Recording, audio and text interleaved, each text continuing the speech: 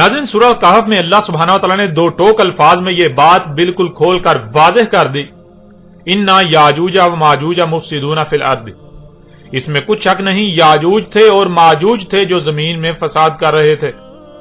اس میں کچھ شک نہیں، یاجوج ہیں اور ماجوج ہیں جو اس وقت زمین میں فساد کر رہے ہیں۔ یعنی یاجوج اور ماجوج وہ ہیں جو زمین میں فساد کر رہے ہیں، زمین کی مخلوقات کو ان کے مقامات سے ہٹا رہے ہیں، زمین میں تبدیلیاں کر رہے ہیں، زمین کی مخلوقات کو ان کے مقامات سے بدل رہے ہیں، ان میں تبدیلیاں کر رہے ہیں، ان میں چھیڑ چھاڑ کر رہے ہیں، ان میں پنگے لے رہے ہیں۔ ہم نے گزشتہ ایک ساتھ میں یہ بات بھی واضح کر دی تھی کہ یاجوج اور ماجوج کوئی دیومالائی تصوراتی کہانیوں کے کرداروں کا نام نہیں، بلکہ اللہ سبحانہ وتعالی نے دو ٹوک الفاظ میں بالکل واضح کر دیا کہ یاجوج اور ماجوج وہ ہیں جو زمین میں فساد کرتے ہیں۔ اللہ سبحانہ وتعالی نے اس قرآن میں کئی مقامات پر یہ بھی واضح کر دیا کہ اللہ نے اس قرآن میں نہ صرف ہر اس شے کا ذکر کیا جو اس قرآن کے نزول سے لے کر سات کے قیام تک وقوع پذیر ہونا تھا، بلکہ ایک سے زائد مقامات پر اس کا ہر پہلو سے ذکر کیا۔ یعنی اگر کسی بھی شے کا ذکر کیا تو نہ ہی اس کا ایک ہی مقام پر ذکر کیا اور نہ ہی ایک ہی پہلو سے، بلکہ ایک سے زائد مقامات پر ہر پہلو سے بات کی، جیسا کہ آپ ان دو آیات کو اپنی سکرین پر دیکھ رہے ہیں۔ سورہ الاسراء کی آیت نمبر 99 میں اللہ سبحانہ وتعالی کا کہنا ہے وَلَقَدْ صَرَّفْنَا لِلنَّاسِ فِي هَذَا الْقُرْآنِ مِنْ كُلِّ مَثَلٍ فَأَبَىٰ أَكْثَرُ النَّاسِ إِلَّا كُفُورًا۔ اور تحقیق کے یعنی تم اپنی طرف سے پوری تحقیق کر لو، اپنے گھوڑے دوڑا لو، جو کہا جا رہا ہے وہی تمہارے سامنے آئے گا، وہی حق ہے۔ ہم ہر پہلو سے، ہر لحاظ سے پھیر پھیر کر سامنے لے آئے، بیان کر دیا انسانوں کے لیے اس قرآن میں تمام کی تمام مسئلوں سے۔ بس انکار کر دیا انسانوں کی اکثریت نے، مگر اس لیے کہ جو کچھ بھی انہیں عطا کیا گیا وہ اس مقصد کے لیے استعمال ہی نہیں کرنا چاہتے جس مقصد کے لیے انہیں عطا کیا گیا، وہ اپنی خواہشات کی اتباع کرنا چاہتے ہیں۔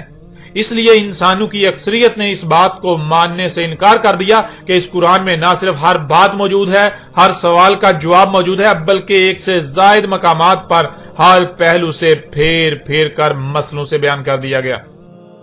پھر اس طرح دوسری آیت سورہ الکہف کی آیت نمبر 54 ہے، جس میں اللہ سبحانہ تعالیٰ کا کہنا ہے وَلَقَدْ صَرَّفْنَا فِي هَذَا الْقُرْآنِ لِلنَّاسِ مِنْ كُلِّ مَثَلٍ وَكَانَ الْإِنسَانُ أَكْثَرَ شَيْءٍ جَدَلًا۔ اور تحقیق کے لیے یعنی تم اپنی طرف سے پوری تحقیق کر لو، اپنے گھوڑے دوڑا لو، جو کہا جا رہا ہے وہی تمہارے سامنے آئے گا، وہی حق ہے۔ ہم نے ہر پہلو سے، ہر لحاظ سے پھیر پھیر کر سامنے لے آئے، بیان کر دیا انسانوں کے لیے اس قرآن میں تمام کی تمام مسئلوں سے۔ یعنی اس قرآن میں ماضی میں پیش آنے والے واقعات میں سے صرف اور صرف ان کا ذکر کیا جو خوب اسی طرح اس قرآن کے نزول سے لے کر سات کے قیام تک پیش آنا تھے، جس قرآن کے نزول سے لے کر سات کے قیام تک پیش آئیں گے۔ انسانوں کے ہر سوال کا جواب ہر پہلو سے، ہر لحاظ سے پھیر پھیر کر اس قرآن میں بیان کر دیا۔ قرآن کے نزول سے لے کر سات کے قیام تک انسانوں کو جب جب جو جیسے جیسے رہنمائی درکار تھی، سب کا سب اس قرآن میں ہر پہلو سے پھیر پھیر کر تمہارے سامنے لے آئے مسئلوں تھے۔ اور تھا انسان اکثریت معاملات میں جھگڑا کرنے والا، سو جھگڑا ہی کیا۔ یعنی قرآن کی بات تسلیم کرنے کی بجائے اپنی خواہشات و اپنے خود ساختہ الہوں کی باتوں کو قرآن پر ترجیح دے رہے ہیں۔ جب بھی قرآن نے کسی معاملے میں رہنمائی کی تو اپنی بےہودہ دلیلوں کو قرآن پر پیش کرتے ہیں اور قرآن کے مد مقابل اور اشیاء کو لا کھڑا کرتے ہیں۔ وہ بات تسلیم ہی نہیں کرتے جو قرآن میں کہی جا رہی ہے، جو قرآن ان کے سامنے لا رہا ہے۔ ناظرین، اس قرآن میں یاجوج اور ماجوج کے الفاظ کے ساتھ ان انسانوں کا ایک پہلو سے ذکر کیا گیا جنہیں ان دو مقامات پر یاجوج اور ماجوج کہا گیا۔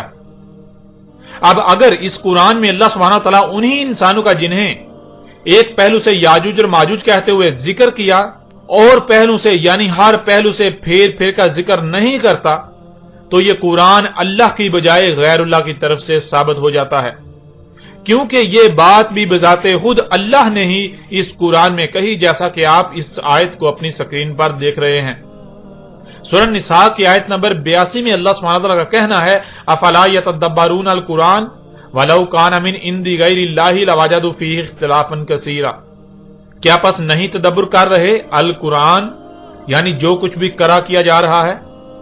اور اگر تھا کسی اور کے ہاں سے اللہ کے علاوہ تو اس کے لیے تھا کہ تم پاتے اس میں کثیر اختلاف، یعنی ایک مقام پر کچھ کہا جا رہا ہے اور دوسرے مقام پر اس کے برعکس کچھ اور کہا جا رہا ہے، اس کے متضاد۔ اب اگر ایک طرف اللہ یہ کہتا ہے کہ اللہ نے اس قرآن میں نہ صرف اس کے نزول سے لے کر ساعت کے قیام تک جو کچھ بھی ہونا تھا سب کا سب بیان کر دیا، بلکہ اس کو ہر پہلو سے پھیر پھیر کر بیان کیا، مصنوع سے بیان کیا، تو پھر یہ کیسے ممکن ہے کہ قرآن میں صرف 2 مقامات پر ایک ہی پہلو سے یاجوج اور ماجوج کا ذکر کیا گیا؟ اگر یاجوج اور ماجوج کا ان 2 مقامات کے علاوہ اور مقامات پر ہر پہلو سے ذکر نہیں کیا گیا تو پھر قرآن میں اختلاف ثابت ہو کر یہ غیر الہ کے ہاں سے ثابت ہو جاتا ہے، جو کہ ناممکن ہے۔ اس لیے ایسا ممکن ہی نہیں کہ اللہ سبحانہ تعالی نے یاجوج اور ماجوج کے الفاظ کے علاوہ اور مقامات پر بھی ہر پہلو سے ذکر نہ کیا ہو۔ اور ناظرین، گزشتہ ایک ساتھ میں ہم نے یاجوج اور ماجوج کا ہی مزید کچھ پہلو سے ذکر کیا اور بالکل کھول کھول کر واضح کر دیا کہ نہ صرف یاجوج اور ماجوج کھل چکے بلکہ انہوں نے جو کرنا تھا وہ بھی کر چکے۔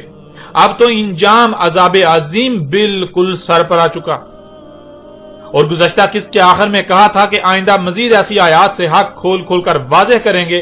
اب اس سے پہلے کہ ہم مزید ان آیات کو بیان کریں، ان پر بات کریں، ہم اس قرآن میں جن 2 مقامات پر یاجوج اور ماجوج کے الفاظ کے ساتھ ذکر کیا گیا ان دونوں مقامات کو بالکل کھول کھول کر آپ پر واضح کرتے ہیں، تاکہ نہ صرف یاجوج اور ماجوج کے حوالے سے ہر لحاظ سے کھل کر رہنمائی ہو جائے کہ کسی کے پاس کل کو کوئی عذر نہ رہے، ہر کسی پر حجت ہو جائے، بلکہ آج تک جو ان دونوں مقامات کو بنیاد بنا کر جس دجل و فریب سے کام لیا گیا، انسانیت کے رہنماؤں کا لبادہ اڑ کر ملاؤں نے جو عظیم دھوکے دیے انہیں بھی چاک کر کے حق آپ پر بالکل کھول کر واضح کر دیں۔ ذوالقرنین یعنی اللہ کا وہ غلام، اللہ کا وہ عبد جسے زمین کے دونوں کرن حاصل ہوئے، مغرب و مشرق تک کا اقتدار و اختیار دیا گیا، اور پیچھے آپ پر یہ واضح کر دیا گیا گزشتہ ایک ساتھ میں کہ وہ داؤد کے بیٹے سلیمان علیہ السلام تھے۔ داؤد کے بیٹے سلیمان علیہ السلام کو جس مقصد کے لیے القرنین دیے گئے یعنی زمین کے مغرب و مشرق تک کا اقتدار و اختیار دیا گیا تو انہوں نے اس مقصد کو پورا کیا۔ سلیمان علیہ السلام نے کفر کی بجائے شکر کیا، یعنی سلیمان علیہ السلام کو جو کچھ بھی جس مقصد کے لیے عطا کیا سلیمان نے سب کا سب اسی مقصد کے لیے استعمال کیا جس مقصد کے لیے انہیں دیا گیا، انہوں نے اس مقصد کو پورا کر دیا۔ جیسے آج زمین میں جدیدیت اور سائنسی ترقی کے نام پر فساد عظیم کیا جا رہا ہے، بالکل عین اسی طرح اس وقت بھی زمین میں ترقی اور جدیدیت کے نام پر، انسانیت کی خدمت کے نام پر فساد عظیم کیا جا رہا تھا۔ جو اس وقت زمین میں فساد کر رہے تھے وہ یاجوج اور ماجوج تھے۔ ذوالقرنین سلیمان علیہ السلام نے زمین کے چپے چپے کو اس فساد عظیم سے پاک کر کے یاجوج اور ماجوج کو روک دیا۔ جب سلیمان علیہ السلام نے زمین کو فساد عظیم سے پاک کر دیا، یاجوج اور ماجوج کو روک دیا، انہیں بند کر دیا، تب ذوالقرنین سلیمان علیہ السلام نے کہا، سورہ الکہف کی آیت نمبر 98 میں ہے، قَالَ هَٰذَا رَحْمَةٌ مِّن رَبِّي فَإِذَا جَاءَ وَعْدُ رَبِّي جَعَلَهُ دَكَّا وَكَانَ وَعْدُ رَبِّي حَقًّا۔ ذوالقرنین سلیمان علیہ السلام نے کہا تھا یہ رحمہ ہے، یعنی یہ حفاظت ہے میرے رب سے، پس یہ اس وقت تک میرے رب سے حفاظت ہے، یعنی اس وقت تک میرے رب نے زمین کو یاجوج اور ماجوج سے محفوظ کر دیا جب تک کہ میرے رب کا وعدہ نہیں آ جاتا۔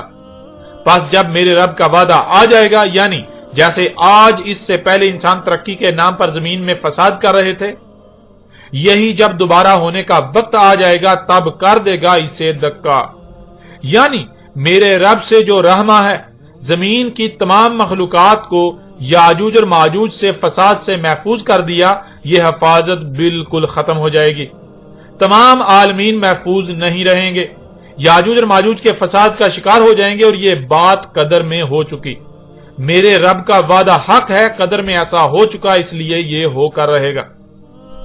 ناظرین، اب سوال یہ پیدا ہوتا ہے کہ آخر وہ وقت کب آنا تھا، وہ وقت کب آئے گا؟ تو اللہ سبحانہ و تعالیٰ نے آج سے 14 صدیاں قبل اگلی ہی آیت میں اس سوال کا جواب بھی دے دیا۔ وَتَرَكْنَا بَعْضَهُمْ يَوْمَئِذٍ يَمُوجُ فِي بَعْضٍ وَنُفِخَ فِي الصُّورِ فَجَمَعْنَاهُمْ جَمْعًا۔ ناظرین، اس آیت کو آسان بیان کرنے کے لیے اس میں استعمال ہونے والے الفاظ کو بالکل کھول کر واضح کرنا بہت ضروری ہے۔ ان میں پہلا لفظ ہے یومئذ، جس کے معنی ہے وہ لمبی مدت جس کا اللہ کا وعدہ تھا، وہ مدت جس میں عالمین میں سے کوئی بھی محفوظ نہیں رہے گا، جو قرآن کے نزول کے بعد الساعۃ کے قیام کے قریب آنا تھی، جس کی وجہ سے ہی الساعۃ کا قیام ہونا ہے۔ پھر اگلا لفظ ہے یموجو۔ یموجو موج سے ہے، جس کے معنی ہے جیسے لہر ہوتی ہے۔ آپ دیکھتے ہیں کہ پانی کی ایک لائن مسلسل آگے بڑھتی ہے جب تک کہ وہ اپنے انجام کو یا کنارے پر نہیں پہنچ جاتی۔ بالکل اسی طرح کوئی کام مسلسل پروسیس یعنی مراحل سے گزرتا ہوا آگے بڑھتا رہے یہاں تک کہ وہ مکمل نہ ہو جائے، اینڈ پروڈکٹ سامنے نہ آ جائے۔ مثال کے طور پر 100 لوگوں کی ایک لائن ہو، ان میں سب سے پہلا شخص اینٹ اٹھاتا ہے اور اگلے کو پکڑا دیتا ہے، وہ اپنے سے اگلے کو پکڑاتا ہے، وہ اپنے سے اگلے کو، یہاں تک کہ اینٹ اپنی منزل کو پہنچ جاتی ہے۔ اس طرح جب اینٹیں سفر کرتی ہوئی نظر آئیں گی تو آپ کو بالکل لہر کی مانند نظر آئیں گی، جسے عربی میں موج کہا جاتا ہے۔ جیسے مثال کے طور پر ذرا غور کریں، ایک گاڑی کیسے وجود میں آئی۔ اگر آپ اس کا سلو موشن تصور کریں تو آپ دیکھیں گے کہ جگہ جگہ سے زمین پھٹ رہی ہے، اس میں سے مختلف مواد نکالا جا رہا ہے، وہ مواد آگے سفر کر رہا ہے، یہاں تک کہ مختلف کارخانوں سے گزرتا ہوا مختلف دھاتوں کی صورت اختیار کرتا ہے، وہاں سے آگے جا رہا ہے، مختلف پرزوں میں ڈال رہا ہے، وہ پرزے آگے بڑھ رہے ہیں، یہاں تک کہ گاڑی وجود میں آ جاتی ہے۔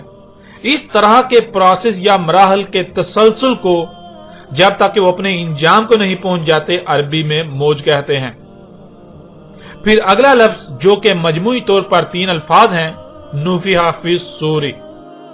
ناظرین، سور کے معنی ہے مادے کو کسی بھی صورت میں ڈالنا، مادے کو کسی بھی صورت میں کسی شکل میں تبدیل کرنا، اس سے کچھ بنانا۔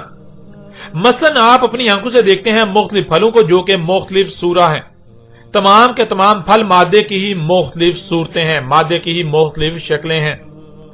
اسی طرح جتنی بھی مخلوقات آپ کو نظر آ رہی ہیں، یہ تمام کی تمام مخلوقات سورہ ہیں، یہ مادہ ہی مختلف صورتوں میں ڈالا گیا ہوا ہے۔ نفخ فی الصور کے معنی ہے جو سورہ ہے اس میں نفع کرنا، اس میں نفع ہونا، یعنی اس میں ایسی قوت ڈالنا کہ اس میں وہ مقصد پورا کرنے کی صلاحیتیں آ جائیں جس مقصد کو پورا کرنے کے لیے اسے خلق کیا گیا۔ یعنی نفع کہتے ہیں جو جسد کو جسم میں تبدیل کر دے یا صنم کو وسن میں بدل دے۔ جسد 2 الفاظ کا مجموعہ ہے، جس اور صد۔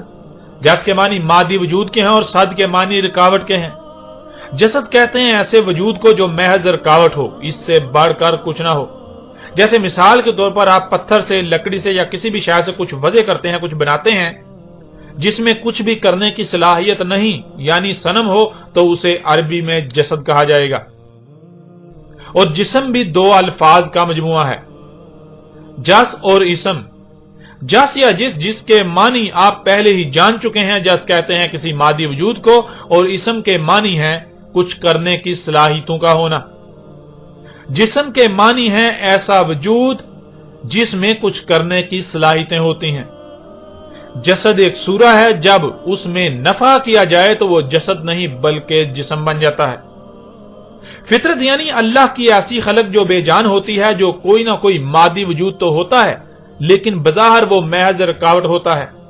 جیسے کہ پتھر ہی کی مثال لے لیں، اسے جسد کہا جاتا ہے۔ اللہ کے برعکس انسان کے اپنے ہی ہاتھوں سے خلق کردہ تراشیدہ ایسی شے کو عربی میں صنم کہا جاتا ہے۔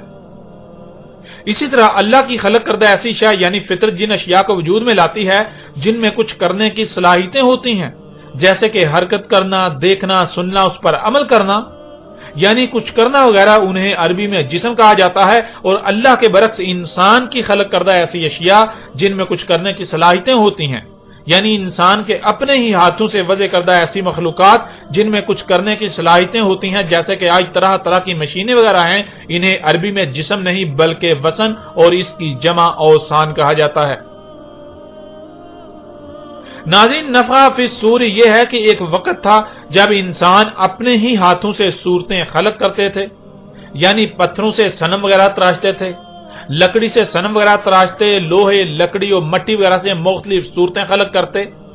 جن کا مقصد اپنی حاجات کو پورا کرنا ہوتا، جن میں اصنام یعنی بت اور باقی ضرورت کی اشیاء ہوتی، لیکن ان میں نفع کرنے کی صلاحیت انسان میں نہیں تھی۔ یعنی انسان میں ایسی صلاحیتیں نہیں تھی کہ وہ اپنے ہی ہاتھوں سے خلق کردہ صورتوں میں جان ڈال سکے، انہیں اس قابل بنا سکے کہ ان میں نفع و نقصان پہنچانے کی صلاحیتیں آ جائیں، وہ نفع و نقصان پہنچانے کی اہل ہو جائیں۔ یہی اللہ سبحانہ تعالی نے کہا تھا کہ جب نفع فی الصور ہوگا، یعنی ایک وقت آئے گا جب انسان اپنے ہی ہاتھوں سے خلق کردہ صورتوں کو صنم سے وثن بنانے کی صلاحیت حاصل کر لیں گے۔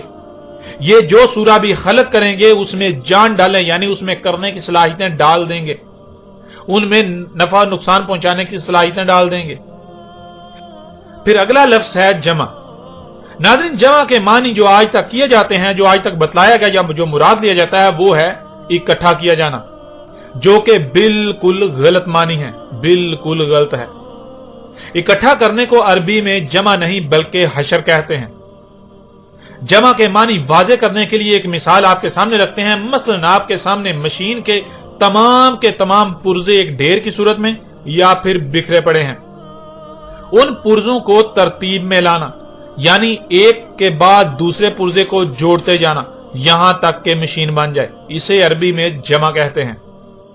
ایسے ہی مثلا 10 تک ہندسے ڈھیر کی صورت میں یا پھر بکھرے پڑے ہوں، ان میں سے سب سے پہلے ایک کو اٹھا کر لانا، پھر ان میں سے 2 کو اٹھا کر ایک کے بعد لا کر رکھنا، پھر اس کے بعد 3 کو اٹھا کر لانا، پھر اس کے بعد 4 کو، اس طرح تمام کے تمام ہندسوں کو ترتیب میں لانا، اسے عربی میں جمع کرنا کہتے ہیں۔ یعنی ایک کے بعد دوسری شے کا جڑتے جانا یا جوڑتے جانا، اسے عربی میں جمع کرنا کہتے ہیں، اور اردو میں جوڑنے کو کہتے ہیں۔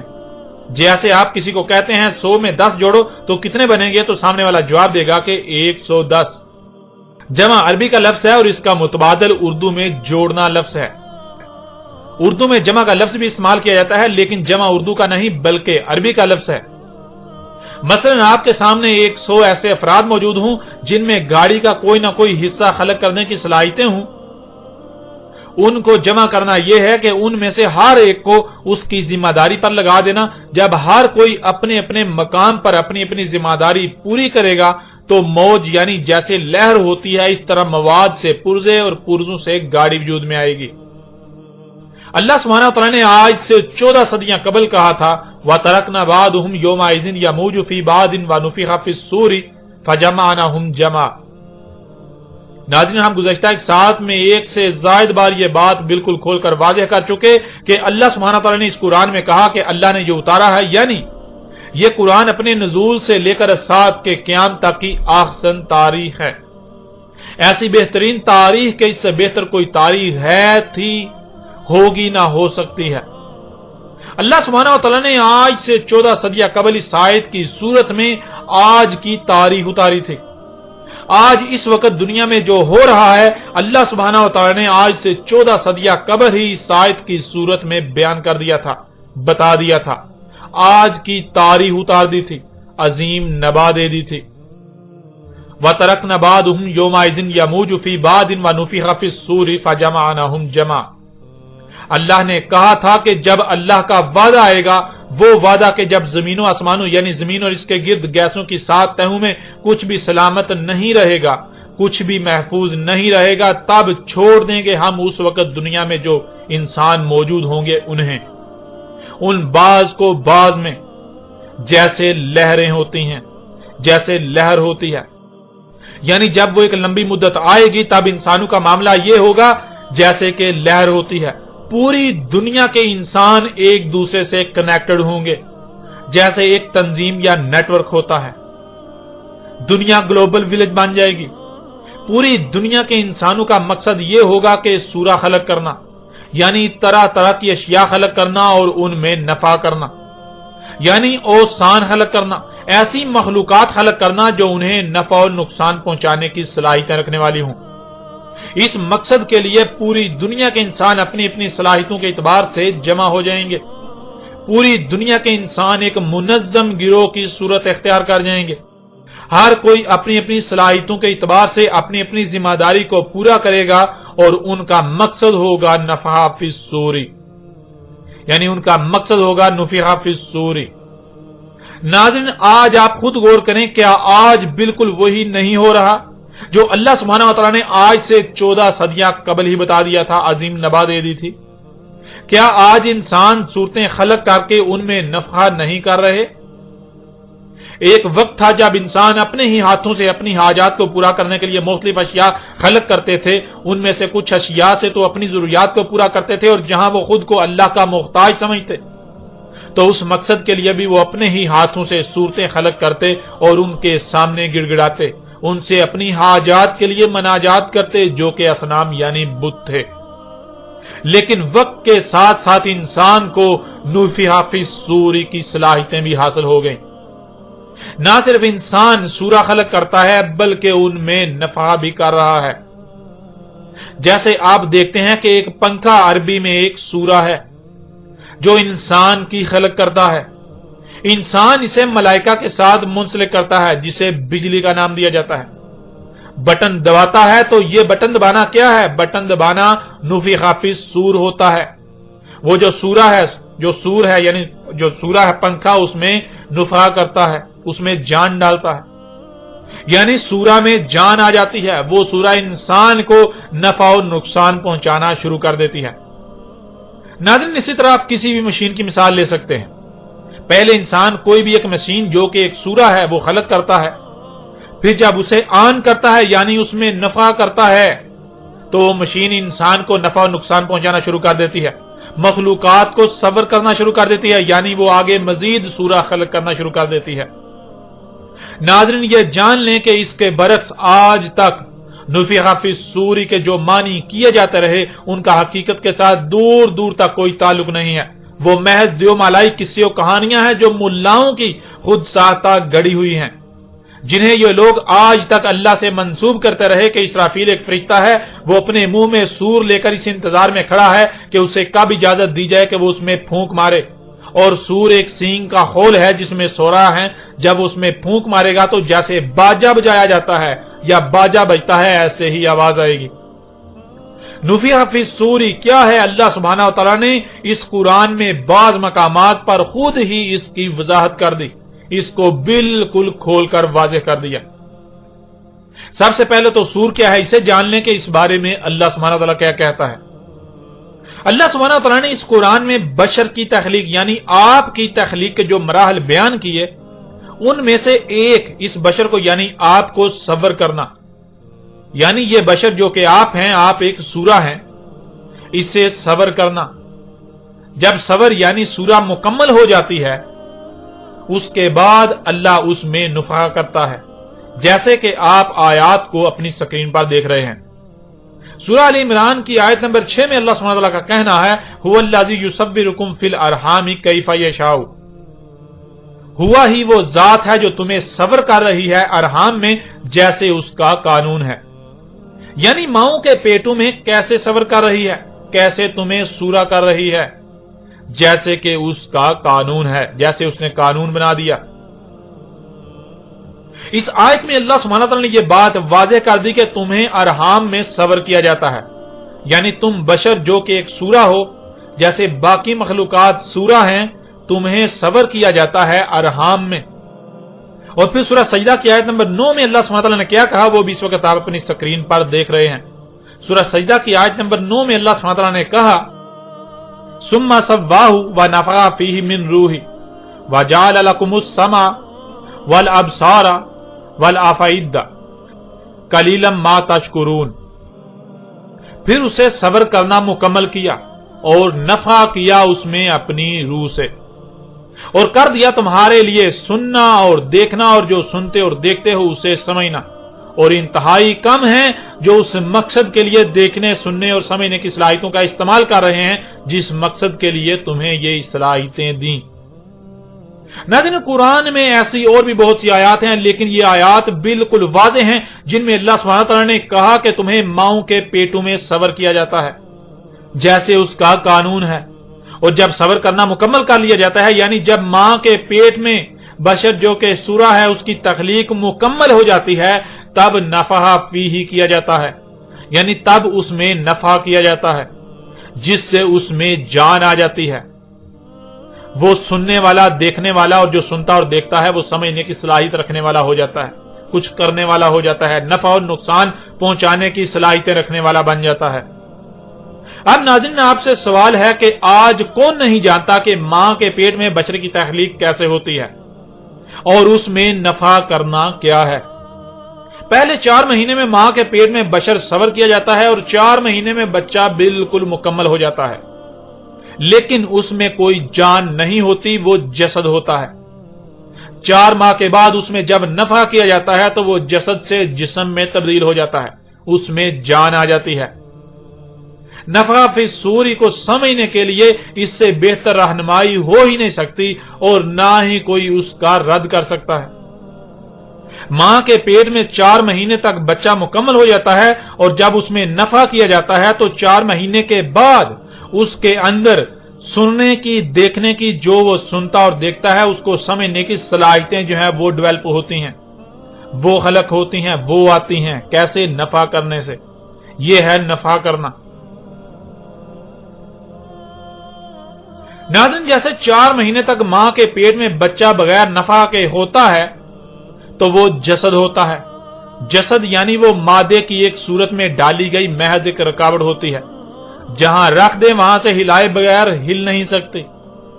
اللہ کی بغیر نفخہ فی الصور سورہ جسد کہلاتی ہے، اور اللہ کے برعکس انسان کی خلق کردہ بغیر نفخہ فی الصور سورہ جسد نہیں بلکہ صنم کہلاتی ہے۔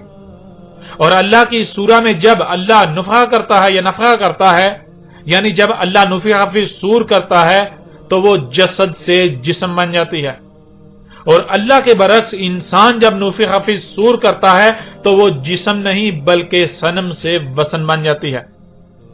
ایک وقت تھا جب انسان سورہ تو خلق کرتے تھے لیکن اس میں نفخہ نہیں کر سکتے تھے۔ اللہ نے کہا تھا کہ اللہ کا وہ وعدہ جب آئے گا تب انسان نفخہ فی الصور کریں گے، یعنی جو بھی خلق کریں گے ان میں نفخہ بھی کریں گے، اوسان خلق کریں گے۔ انسانوں کے اپنے ہی ہاتھوں سے خلق کردہ مخلوقات انہیں نفع اور نقصان پہنچائیں گی، ان کے سائیڈ ایفیکٹس ہوں گے، ان کے سائیڈ ایفیکٹ سے زمین و آسمانوں یعنی زمین اور اس کے گرد گیسوں کی 7 تہوں میں کچھ بھی محفوظ نہیں رہے گا، سب کچھ درہم برہم ہو جائے گا، فساد عظیم ہو جائے گا۔ اور ناظرین آج آپ اسی وقت میں موجود ہیں، آج آپ یہ سب اپنی آنکھوں سے ہوتا ہوا دیکھ رہے ہیں۔ نہ صرف آج آپ یہ سب اپنی آنکھوں سے ہوتا ہوا دیکھ رہے ہیں بلکہ آج آپ خود بھی یہی سب کر رہے ہیں۔ یہ جو ہو رہا ہے اس کے بارے میں اللہ سبحانہ تعالیٰ نے مزید آگے کیا کہا اس پر بھی بات کرتے ہیں۔ اگلی آیت میں اللہ سبحانہ تعالیٰ نے کہا وَأَرَدْنَا جَهَنَّمَ يَوْمَئِذٍ لِلْكَافِرِينَ عَرْضًا وَأَرَدْنَا جَهَنَّمَ يَوْمَئِذٍ۔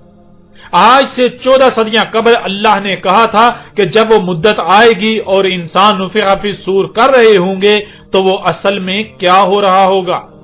وہ جو ہو رہا ہوگا وہ جہنم تھی جسے ہم سامنے لائیں گے، وہ جہنم سامنے لائی جا رہی ہوگی۔ آگے اس سوال کا جواب بھی ہے کہ کن کے لیے جہنم سامنے لائی جائے گی، کن کے لیے اس وقت جہنم جو ہے وہ سامنے لائی جا رہی ہے۔ للکافرین عرضا، کافرین کے لیے سامنے لائی گئی، کافرین کے لیے سامنے لائی جا رہی ہے، کافرین کے لیے سامنے لائی جائے گی، یعنی ان کے لیے جنہوں نے اس بات کو تسلیم ہی نہ کیا کہ زمین و آسمانوں میں جو کچھ بھی ہے یہ اللہ کی آیات ہیں۔ اللہ نے ان سب کے سب کو کسی نہ کسی مقصد کے لیے خلق کیا۔ جو نظر آ رہی ہیں صرف یہی نہیں ہیں، یہی کل کا کل نہیں ہے، بلکہ ان سے کئی گنا زیادہ تو ایسی ہیں جنہیں انسان سے چھپا دیا گیا، جو کہ غیب ہے۔ جو کچھ بھی ظاہر ہے اور جو کچھ بھی غیب ہے سب کے سب کی تخلیق کا کوئی نہ کوئی مقصد ہے، اور جس مقصد کے لیے خلق کیا گیا اسے پورا کرنے کے لیے ہر ایک کو اس کے مقام پر قائم کر دیا گیا۔ یوں بہترین میزان وضع کر دیا۔ یہ میزان تب تک قائم رہے گا جب تک کہ تمام کی تمام مخلوقات اپنے اپنے مقام پر رہتے ہوئے اپنی اپنی ذمہ داری کو پورا کریں گی، ورنہ اگر ان میں رائی برابر بھی تبدیلی کی گئی، کسی ایک مخلوق نے بھی اپنی ذمہ داری سے کمی کجی یا کوتاہی کی، لاپرواہی کی، کوئی ایک مخلوق بھی اپنے مقام سے ہٹ گئی، اسے ہٹایا گیا تو میزان میں خسارہ ہو جائے گا، فساد ہو جائے گا، جس کا نتیجہ یہ نکلے گا کہ زمین و آسمانوں میں سب کچھ درہم برہم ہو جائے گا۔ یہ زمین جہنم بن جائے گی، جنہوں نے یہ ماننے سے انکار کر دیا اور الٹا یہی کیا تو ان کے لیے جہنم سامنے لا رکھی گئی۔ یہ ہے وہ جہنم، یہ تھی وہ جہنم جس کا تم سے وعدہ کیا گیا تھا۔ ناظرین ذرا غور کریں جہنم کیا ہے اور کیسے سامنے لائی جا رہی ہے۔ آپ کو اس زمین پر وجود دیا گیا، اس زمین کو دو مراحل میں تقسیم کیا گیا، دو مرحلوں میں۔ پہلا مرحلہ دنیا آج جس میں آپ موجود ہیں، آپ کو اس دنیا میں امتحان کی غرض سے محدود مدت کے لیے لایا گیا۔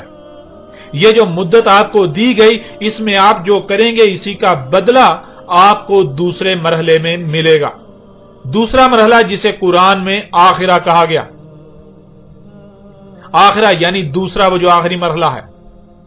کل کائنات میں زمین پہلا ایسا سیارہ ہے جو سب سے پہلے مکمل ہوئی۔ جیسے کسی بھی عمارت کی سب سے پہلی اینٹ ہوتی ہے، اسی طرح یہ زمین کائنات کی سب سے پہلی اینٹ سمجھ لیں۔ یہ زمین سب سے پہلے اپنی تکمیل کو پہنچی۔ کائنات میں اس زمین کے علاوہ جتنے بھی سیارے آپ کو نظر آ رہے ہیں یا جو نظر نہیں آ رہے، وہ ابھی نامکمل ہیں، وہ تکمیلی کے مراحل سے گزر رہے ہیں۔ ایک وقت آئے گا جب وہ مکمل ہو کر جنتوں میں یعنی سرسبز و شاداب باغات میں بدل جائیں گے، بالکل ایسے ہی جیسے یہ زمین جب مکمل کی گئی تھی تو یہ ایک جنت تھی، یہ سرسبز و شاداب باغ تھی۔ آپ کو اس دنیا میں جو مدت بطور امتحان دی گئی، اگر آپ زمین کی اصلاح یعنی اسے جنت بنانے والے اعمال کرتے ہیں تو آخرہ میں یعنی اگلے مرحلے میں آج جو سیارے نامکمل نظر آ رہے ہیں تب جنتیں بن چکی ہوں گی، ان میں سے آپ کے درجے کے مطابق آپ کو جنت دی جائے گی، آپ کو سیارہ دیا جائے گا۔ اور اگر جو کچھ بھی آپ کو عطا کیا گیا آپ اپنی خواہشات کی اتباع میں اس کا استعمال کرتے ہیں، اندھوں کی طرح زمین میں فساد کرتے ہیں، تو نتیجہ کیا نکلے گا اسے سمجھنا بھی اب کوئی مشکل نہیں رہا۔ اس کا انجام کیا ہے آج پوری دنیا اپنی آنکھوں سے دیکھ رہی ہے۔ ترقی و جدیدیت کے نام پر، انسانیت کی فلاح و احسان کے نام پر آج ہر کوئی زمین میں فساد کر رہا ہے، زمین کو چیر پھاڑ رہا ہے، پہاڑوں کو پھاڑ رہا ہے، ان کی مائننگ کر رہا ہے، فضا میں طرح طرح کی زہریلی گیسیں بھر رہا ہے۔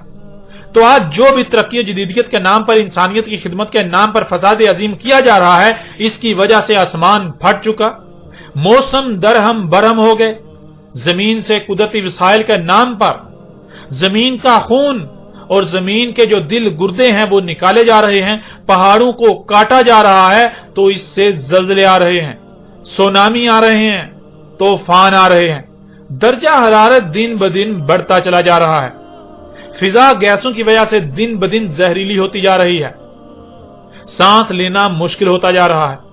تو انسانوں کے ان اعمال کے یہ رد عمال دن بدن بڑھتے ہی چلے جائیں گے، درجہ حرارت دن بدن بڑھتا چلا جائے گا جس سے گلیشیئر پگھلتے جائیں گے، بالآخر تمام کے تمام گلیشیئر پگھل کر پانی پانی ہو جائے گا۔ پھر درجہ حرارت بڑھنے سے پانی بخارات بن کر اڑتا جائے گا، یہاں تک کہ زمین پر پانی کا ایک قطرہ بھی نہیں رہے گا۔ زلزلے بڑھتے جائیں گے، ان سے پہاڑ اور زمین کا بیڑا غرق ہوتا رہے گا، لاوے پھٹنا بڑھتے جائیں گے۔ آج جو فضا میں طرح طرح کی زہریلی گیسیں چھوڑی جا رہی ہیں، یہ گیسیں کیمیائی عوامل سے گزر کر فضا تباہ و برباد ہو جائے گی، فضا کا بیڑا غرق کر دیں گی۔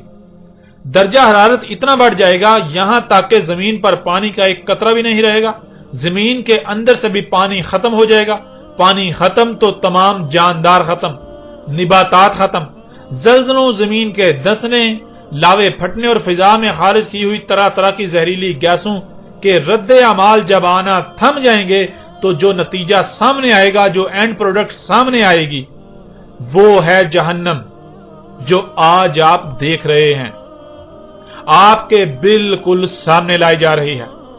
جب انسانوں کے ترقی کے نام پر، انسانیت کی خدمت کے نام پر، جدیدیت کے نام پر مفسد اعمال کے رد عمال تھم جائیں گے، تب یہ زمین مکمل جہنم میں بدل چکی ہوگی۔ اس میں سوائے آگ اور پتھروں کے کچھ نظر نہیں آئے گا۔ جب پانی نہیں ہوگا تو ظاہر ہے نباتات نہیں ہوں گی، جاندار نہیں ہوں گے۔ جب درجہ حرارت اتنا بڑھ چکا ہوگا، لاوے جگہ جگہ سے پھٹ چکے ہوں گے، زلزلوں سے زمین کا بیڑا غرق ہو چکا ہوگا، تو ظاہر ہے زمین پر سوائے آگ اور پتھروں کے کچھ نظر آئے گا، کچھ رہ جائے گا؟ کچھ بھی نہیں رہے گا۔ اور تب تک کائنات میں جو باقی سیارے ابھی آپ کو نظر آ رہے ہیں جو کہ نامکمل ہیں، یہ جنتوں میں یعنی سرسبز و شاداب باغات میں بدل چکے ہوں گے۔ تو جو اعمال دنیا میں آپ نے کیے اس کا بدلہ آپ کو آخرہ میں ملے گا۔ اگر آج آپ اس زمین کو جہنم بنا رہے ہیں اپنے ہی ہاتھوں سے، اپنے اعمال سے، تو آپ کو یہی ملے گی، یہ جہنم ملے گی۔ اور اگر آج آپ زمین کو جنت بنانے والے اعمال کرتے ہیں، اس کی اصلاح کرتے ہیں، فساد کو روکتے ہیں، اس کو سرسبز و شاداب باغ بنانے کی کوشش کرتے ہیں، وہ اعمال کرتے ہیں، فساد کو روکتے ہیں، تو پھر آپ کا بدلہ جنتیں ہوں گی، آپ کو باغ دیا جائے گا۔ جس ذات نے آپ کو پہلی بار وجود دیا وہی ذات آپ کو دوبارہ وجود میں لائے گی، اور جس نے دنیا میں یعنی پہلے مرحلے میں جو جتنا کیا تھا اس کو آخرہ میں پورا بدلہ دیا جائے گا۔ جس نے جتنا زمین کے جہنم بننے میں حصہ ڈالا ہوگا اسے اتنا ہی اس جہنم کو بھگتنا ہوگا۔ خود کو علماء کہلوانے والے انسانیت کے دشمن اور ان کے اندھے مقلد آنکھیں بند کر کے بندروں کی طرح ان کے پیچھے چلنے والے کبھی بھی اس جہنم سے نہیں نکل سکیں گے۔ اور وہ جو خود کو انسانیت کے محسن قرار دیتے ہیں، سائنسدان، انجینئرز، پروفیسرز، ڈاکٹرز، بینکرز، لیڈران اور ایسے باقی تمام کے تمام لوگ جو زمین کو جہنم بنا رہے ہیں، اور الٹا وہ یہ سمجھ رہے ہیں کہ وہ تو بہت اچھے عمال کر رہے ہیں، وہ تو انسانیت کی خدمت کر رہے ہیں، وہ بھی کبھی بھی اس جہنم سے نہیں نکل پائیں گے۔ رہی بات دوبارہ زندہ کرنے کی، جو اکثریت کے لیے تسلیم کرنا بہت مشکل ہے، تو ان سے سوال ہے کہ ذرا غور کرو، اس سوال کا جواب دو کہ جب تمہیں وجود میں لایا گیا، جب تمہیں پہلی بار وجود میں لایا گیا، تو کیا تم سے پوچھ کر، تم سے اجازت لے کر وجود میں لایا گیا؟ کیا تمہاری مرضی جان کر تمہیں وجود میں لایا گیا؟ تمہیں پہلے آگاہ کیا گیا، تمہیں پہلے پوچھا گیا، تم سے پہلے اجازت لی گئی، پھر تمہیں وجود میں لایا گیا؟ اگر تو تمہاری مرضی سے، تمہاری اجازت سے، تمہیں پوچھ کر یا تمہیں بتا کر، تمہیں آگاہ کر کے دنیا میں لایا گیا، تب تو ٹھیک ہے، تب دوبارہ بھی ویسا ہی ہوگا۔ ورنہ اگر ایسا نہیں ہوا تو اے عقل کے اندھو، جس ذات نے تمہیں پہلی بار وجود میں لایا، کیا وہ ذات دوبارہ تمہیں وجود میں نہیں لا سکتی؟ کیا وہ تمہیں دوبارہ وجود میں نہیں لائے گی؟ اس میں تمہیں پہلی بار وجود میں لایا اور تم اس کے ساتھ دشمنی کرو، جس مقصد کے لیے تمہیں وجود میں لایا وہ مقصد پورا نہ کرو، اس کے ساتھ دشمنی کرو، تو کیا وہ تمہیں دوبارہ وجود میں نہیں لائے گی تاکہ تمہیں سزا و جزا دے، تمہیں بدلہ دے، یا ایسے ہی چھوڑ دے گی؟ مذہبی طبقہ آخرت، جنت و جہنم کو زبان سے تو تسلیم کرتا ہوا نظر آتا ہے، لیکن آخرت، جنت و جہنم کے بارے میں جو دیومالائی کہانیاں مذہبی طبقے نے گھڑ رکھی ہیں، خود ان کو بھی اس کا یقین نہیں ہے، نہ آخرہ کا، نہ جنت و جہنم کا۔ اور ظاہر ہے یقین کیا بھی کیسے جا سکتا ہے جب جنت و جہنم سے منسوب کر کے ایسی خود ساختہ دیومالائی کہانیاں گڑ رکھی ہیں جن کا کوئی وجود ہی نہیں، تو پھر یقین کیسے ہوگا؟ پھر یقین کیسے ہو سکتا ہے؟ کیسے کیا جائے گا؟ اور دوسری طرف جو خود کو ملحد، لبرل یا پھر پڑھے لکھے کہلواتے ہیں، جو سائنس کے متوالے ہیں، وہ مذہبی طبقے کی آخرت، جنت و جہنم کے بارے میں خود ساختہ گڑ رکھی ہوئی دیومالائی کہانیوں کا انکار کرنے کی بجائے الٹا آخرہ کا ہی انکار کر دیتے ہیں، جنت و جہنم کا ہی انکار کر دیتے ہیں۔ خود کو بہت بڑے عاقل سمجھتے ہیں، لیکن حقیقت یہ ہے کہ یہ لوگ سب سے بڑے بے وقوف اور جاہل ہیں۔ یہ مذاہب اور مذہبی طبقے کی دشمنی میں حق کا ہی انکار کر دیتے ہیں۔ بات کی جائے ان کے علم کی، ان کی پڑھائی لکھائی کی، ان کی سائنس کی، جو یہ تعلیم حاصل کرتے ہیں، ان کی تعلیم کی، وہ سائنس، وہ تعلیم جس کا آج ہر کسی کو بخار چڑھا ہوا ہے کہ جس کی تصدیق سائنس کرے اسے تسلیم کریں گے، جس کی تصدیق سائنس نہیں کرتی یا جسے سائنس رد کرتی ہے اسے تسلیم نہیں کریں گے۔ تو ہم آخرت ان کے سامنے رکھ رہے ہیں کہ آخرت کیا ہے، جنت و جہنم کیا ہے، اور ہم انہیں اور ان کی سائنس کو، ان کی تعلیم کو، ان کی یونیورسٹیوں کو، ان کے سائنسدانوں کو کھلم کھلا چیلنج کرتے ہیں کہ یہ اس حق کا رد کر کے دکھائیں۔ رہی بات دوبارہ اٹھا کر کھڑا کرنے کی، تو اس کا بھی دنیا کی کوئی طاقت رد نہیں کر سکتی، نہ ہی ان کی سائنس اس کا رد کر سکتی ہے، بلکہ ان کی سائنس الٹا اس کی تصدیق ہی کرے گی۔ ناظرین، اس موضوع پر الگ سے اور تفصیل کے ساتھ آئندہ اپنے موضوع کے تحت اسی موضوع کے تحت بات کی جائے گی، لیکن یہاں مختصراً بات کرتے ہوئے آگے بڑھتے ہیں۔